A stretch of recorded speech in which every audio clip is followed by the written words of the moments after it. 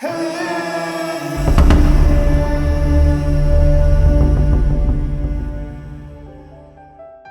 Journey of the Mountain and the Storm. Part 1. The First Steps on the Mountain Path. Once, in a quiet village nestled at the foot of towering mountains, there lived a young man named Arin.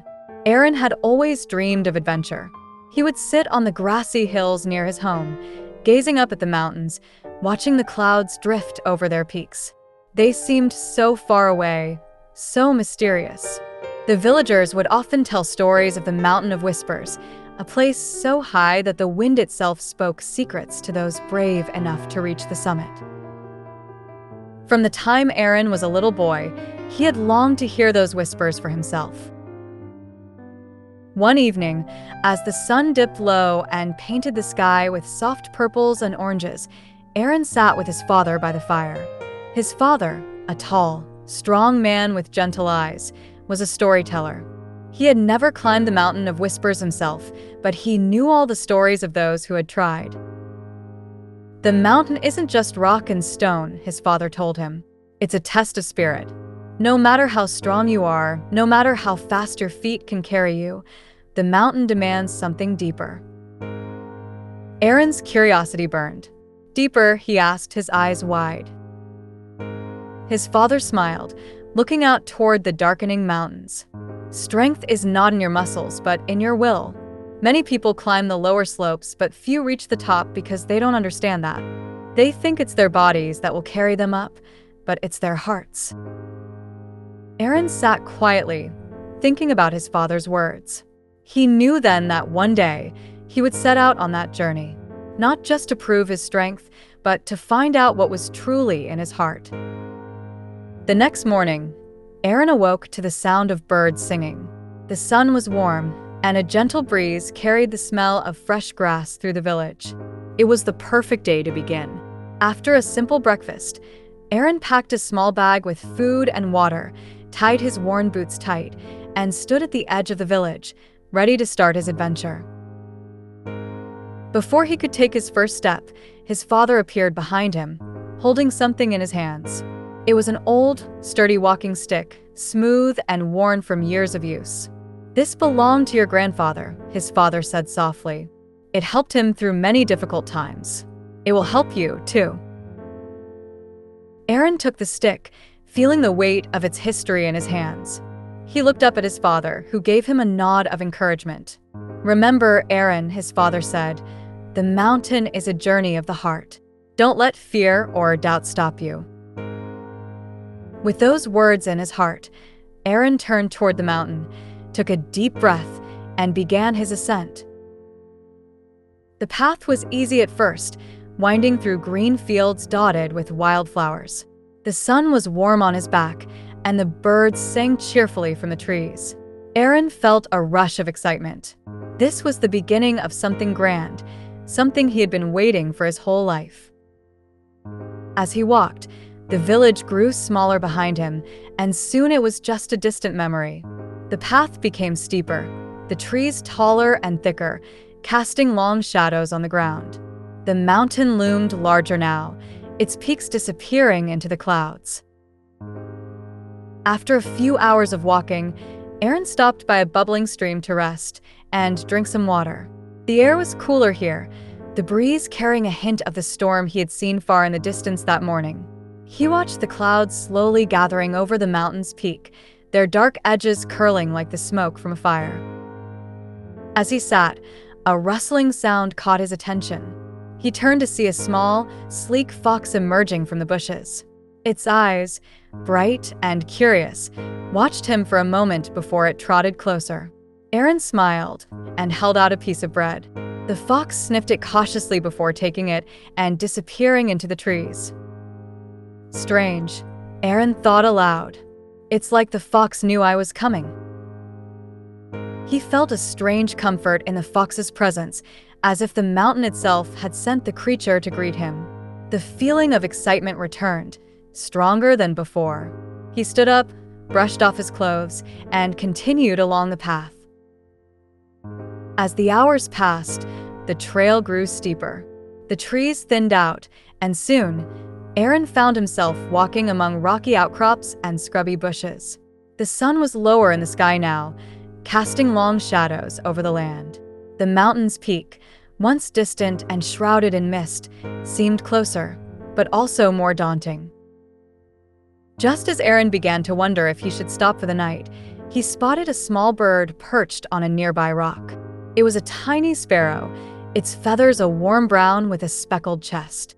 The bird chirped once, then hopped from the rock to the ground, as if inviting Arin to follow. "Are you showing me the way?" Arin asked with a laugh, half expecting the bird to answer. The sparrow chirped again, then flew a short distance ahead, waiting for Arin to catch up before fluttering to the next rock. Arin smiled and followed, feeling a strange connection to the little creature. It was as if the mountain was sending him small companions along his journey, reminding him that he was never truly alone. As the sparrow led him higher up the path, Arin noticed that the air had grown cooler. The wind had picked up, tugging at his clothes and hair. Dark clouds loomed overhead, and a soft rumble of thunder echoed through the mountains. "The storm is coming," Arin muttered, glancing up at the sky. His heart quickened. He needed to find shelter before the storm hit. The sparrow seemed to sense his urgency. It chirped one final time before disappearing into the trees, leaving Arin alone once more. He scanned the area, searching for somewhere to take cover. His eyes fell on a large, hollow tree trunk not far off the path. It wasn't much, but it would do. He hurried toward it just as the first fat raindrops began to fall. Crawling inside the hollow trunk, he pulled his cloak around him and listened as the rain began to pour, drumming against the leaves and stones outside. The wind howled, and the thunder grew louder, shaking the ground beneath him. For a moment, Arin felt small and afraid. The mountain seemed so much bigger now, the journey more difficult than he had imagined. His father's words echoed in his mind. "Strength is not in your muscles, but in your will." Arin closed his eyes and took a deep breath. He wasn't going to give up, not now. He had come too far to turn back.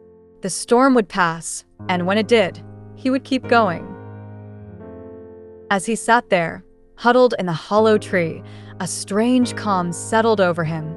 The storm outside raged on, but inside, Arin felt a quiet strength building within him. He thought of the fox, the sparrow, and his father's walking stick. Each of them had appeared at just the right moment, as if the mountain itself was guiding him, testing him, and helping him along the way. Hours passed, and slowly, the storm began to fade. The rain lessened, and the wind calmed. Arin peered out from the tree trunk, seeing the dark clouds drifting away, leaving behind a clear, star-filled sky. He stepped out into the cool night air, feeling refreshed, as if the storm had washed away his fears. The path ahead was still steep and difficult, but Arin felt ready to face it. He was stronger now, not just in body, but in spirit. The mountain had tested him, and he had found within himself the will to continue. With a deep breath and a steady heart, Arin continued up the path, his eyes fixed on the summit. The mountain of whispers awaited him, and he knew that whatever lay ahead, he was ready. The journey had only just begun. Part 2. The Gathering Storm. Arin continued his climb as the path became steeper and more challenging. The excitement of the early part of the journey still pulsed within him, but a new feeling had begun to settle in the pit of his stomach. The sky, once bright and cheerful, was now covered in dark clouds that loomed like silent giants over the peaks ahead. The air felt heavy, and with each step, the wind seemed to pick up, blowing stronger and colder. The sparrow that had accompanied him earlier had disappeared into the trees. Arin found himself missing the little bird's cheerful presence. He kept walking, his father's words playing over in his mind. "Strength is not in your muscles, but in your will." He repeated the words silently, like a mantra, as he trudged forward, his walking stick tapping rhythmically against the ground. As he reached a sharp bend in the path, Arin noticed a change in the air. The light dimmed even further, and the once distant storm clouds seemed to gather directly overhead. The wind whipped around him, tugging at his clothes and making the path ahead seem more uncertain. A deep rumble of thunder echoed through the mountains, and Arin paused, staring up at the ominous sky. "Maybe I should find shelter again," he muttered to himself, scanning the area for any sign of a cave or hollow tree. But the rocky terrain offered little in the way of protection. The trees had thinned out, leaving nothing but jagged rocks and sparse patches of grass. Before he could decide what to do, a movement caught his eye. Up ahead, standing on a high rock jutting out from the mountain, was a large, strong-looking ram. Its coat was thick and rough, and its eyes glinted like polished stones. Arin felt a strange sense of awe at the sight of the creature. The ram stood perfectly still, staring out at the stormy horizon as if it were completely unbothered by the brewing weather. Arin approached cautiously, unsure if the animal would flee or charge at him. But the ram didn't move. Instead, it continued to gaze out over the mountain, as though the wind and thunder were no more than a passing breeze. "Hello there," Arin called out softly, stepping closer. The ram finally turned its head to look at him. Its eyes were steady, calm, and ancient, as though it had seen countless storms come and go. "Are you not afraid of a storm?" Arin asked, feeling a little foolish for talking to an animal. But after all the strange encounters he'd had so far on this journey, the fox, the sparrow, it didn't seem too odd to try. The ram continued to stare at him for a moment before it gave a soft snort, almost as if in answer. Then, without any hesitation, the ram began to move, walking up the steep rocky path with surprising ease. Arin watched as the creature made its way up the mountain, its movements strong and sure-footed. The ram paused once, looking back at Arin, as if waiting. Arin felt a surge of determination rise within him. The ram was unafraid of the storm, and perhaps he didn't need to be either. He tightened his grip on his walking stick and followed the ram up the path. The wind howled around him, and the sky grew darker still, but Arin pressed on, using the ram as his guide. The path became narrower, with sheer drops on either side.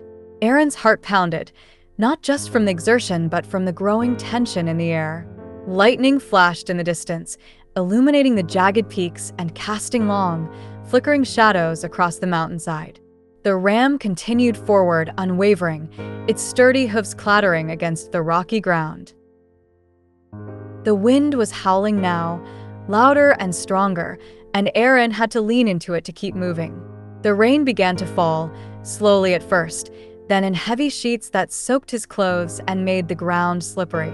Arin's feet slipped on the wet rocks, and he had to steady himself with his walking stick more than once. His muscles ached, and the cold was beginning to seep into his bones. But the ram continued to climb, and so did Arin. After what felt like hours, they reached a narrow ledge where the ram finally stopped. It stood there, facing the storm, its head held high, seemingly unaffected by the wind and rain. Arin collapsed onto the ground beside the creature, breathing heavily. The storm was in full force now, the wind screaming in his ears and the rain pouring down in torrents. Arin looked up at the ram, wondering how it could stand there so calmly in the face of such a powerful storm. The animal seemed completely at peace, as if it had weathered 1,000 storms before this one. As he watched the ram, Arin felt a strange sense of understanding begin to form within him. The ram wasn't fighting the storm, it was accepting it. It stood strong not because it resisted the wind and rain, but because it embraced them as part of the mountain, as part of life itself. Arin thought of his father's words once more. Strength is not in your muscles, but in your will. It wasn't about resisting the storm, he realized. It was about having the will to keep going despite it.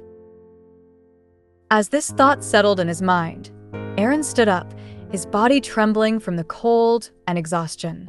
He looked out over the mountain, the rain pelting his face and the wind pushing against him with all its might. The path ahead was barely visible through the sheets of rain, but Arin knew he had to keep moving. The storm would not stop him. He turned to the ram and gave a small nod, a silent thanks for the lesson it had taught him. The ram snorted softly in reply, then turned and disappeared into the mist. Arin felt a renewed sense of strength as he continued up the mountain. The storm raged on, but it no longer frightened him. His body ached, his clothes were soaked, and the path was difficult. But his will was strong. He could feel it now, like a flame burning deep within him, a flame that no storm could extinguish. He climbed higher and higher, the wind pushing against him, trying to knock him off course.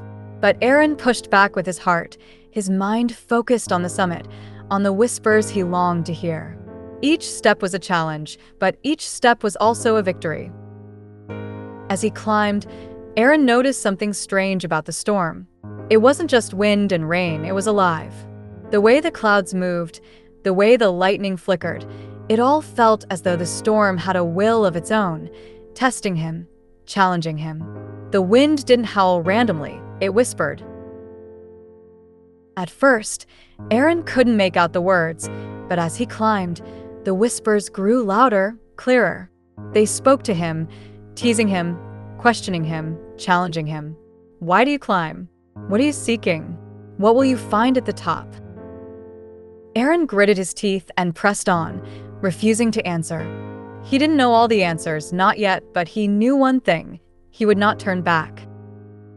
The storm seemed to grow angrier at his silence. The wind screamed in his ears, the rain lashed at his skin, and the path became more treacherous with each step. But Arin's resolve did not waver.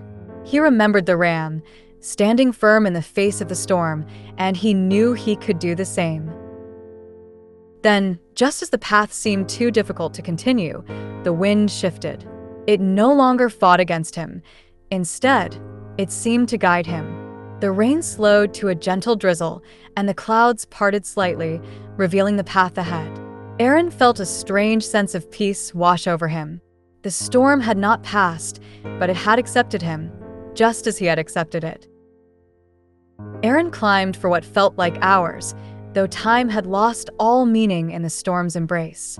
His legs burned with effort, and his arms ached from gripping the walking stick, but he kept going. The whispers in the wind had quieted now, no longer challenging him but simply accompanying him, like a soft song in the background. Finally, after what felt like a lifetime, Arin reached a small plateau. The path ahead leveled out, and he could see a shelter, a small, weathered stone structure built into the side of the mountain. Relief flooded through him as he realized he had found a place to rest, a safe haven from the storm. He hurried toward the shelter, his legs shaking with exhaustion. Inside, it was dry and warm, a stark contrast to the cold, wet world outside. Arin collapsed onto the stone floor, his body trembling with fatigue. He closed his eyes, feeling the warmth seep into his bones. For the first time since the storm had begun, Arin allowed himself to rest. He thought of the ram, standing tall in the face of the storm, and he smiled. The storm had tested him, but it had also taught him something invaluable. Strength wasn't about overpowering the storm, it was about enduring it. As Arin lay there, listening to the rain tap against the stone walls, he knew that the journey was far from over. The mountain of whispers still called to him, and the summit was still high above.